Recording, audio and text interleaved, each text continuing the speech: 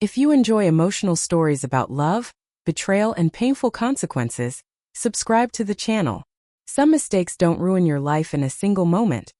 They slowly destroy everything you once loved. The day my husband walked out of our home, he didn't scream. He didn't cry. He didn't even ask me why. Instead, he smiled, looked me straight in the eyes, and quietly said, "I hope one day you find the happiness you were willing to lose me for." At the time, I thought those were just words. I had no idea they would become the most painful sentence I would ever hear. My name is Emily. For 7 years, Daniel and I had what everyone called the perfect marriage. We weren't rich. We didn't live in a huge house. But we laughed together, dreamed together, and built a life from nothing.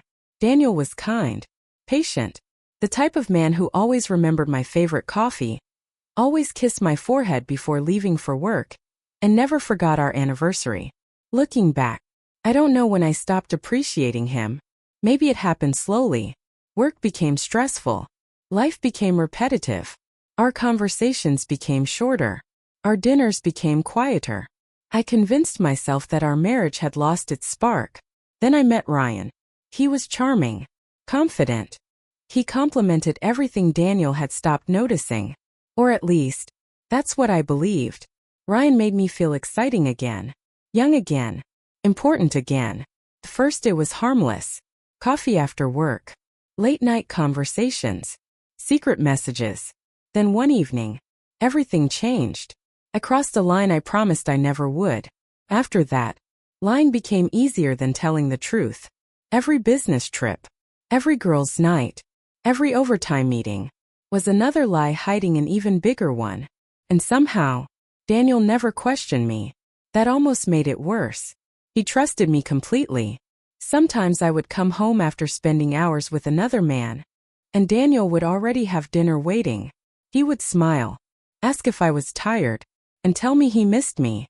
Every act of kindness felt like another knife twisting inside my chest. Still, I continued, because I kept believing I could control everything. Until one rainy Thursday evening, I walked into our house expecting silence, and said, Daniel was sitting at the dining table. A small envelope rested beside his coffee. He looked calm, too calm. "Can we talk?" he asked softly. My heart immediately started racing. I nodded. He slid the envelope toward me. Inside were printed screenshots, hotel receipts, photos, messages, everything. There was nothing left to deny. My hands began shaking. "I can explain," I whispered. Daniel slowly shook his head. "No, I already know enough." The room became painfully quiet. I waited for him to yell, to insult me, to ask who he was. But he didn't. Instead, he looked exhausted. Not angry, not hateful, just broken. "You know what hurts the most?" he asked. "It isn't that you loved someone else. It's that every time you came home, you looked into my eyes and chose to lie again." Those words crushed me. Tears filled my eyes. "I'm sorry. I made a terrible mistake. I'll end it. I promise." Daniel looked down for several seconds. Then he smiled. A sad, almost peaceful smile. "I believe you're sorry. But apologies can't rebuild trust." He stood up, walked toward the bedroom, packed one small suitcase. Before leaving, he stopped beside the front door. Without looking back, he quietly said, "I hope one day you find the happiness you were willing to lose me for." Then, he left.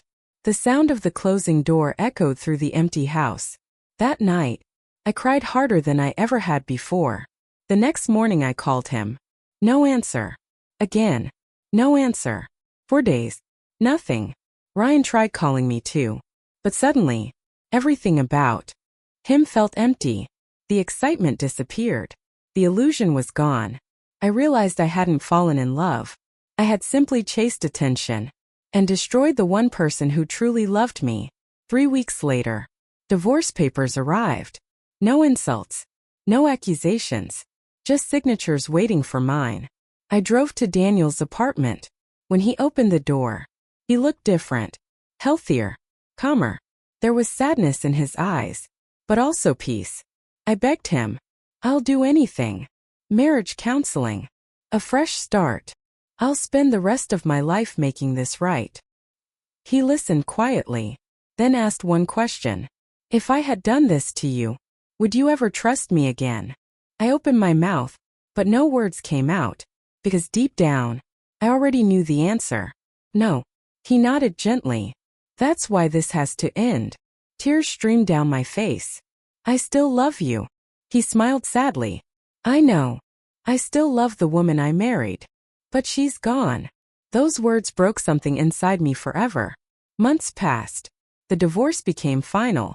I moved into a small apartment. Life continued, but nothing felt the same. One afternoon, I saw Daniel by accident. He was walking through a park. Beside him, a little girl laughed as she held his hand. Next to him stood a woman with kind eyes. She smiled at him the same way I once did. For the first time, I realized he had truly moved on, and I was only living with memories. I quietly turned around before he noticed me. As I walked away, his final goodbye echoed inside my mind once again. I hope one day you find the happiness you were willing to lose me for. Years later, I finally understood what he meant. Happiness was never waiting for me somewhere else. It had been sitting across the dinner table every single night, and I threw it away for something that was never real. Sometimes, the greatest punishment isn't revenge. It isn't loneliness. It isn't divorce. It's spending the rest of your life remembering the person you hurt, knowing they gave you everything, and you realize their worth only after they were gone. If this story touched your heart, don't forget to like, subscribe, and share. Sometimes the smallest choices create the biggest regrets.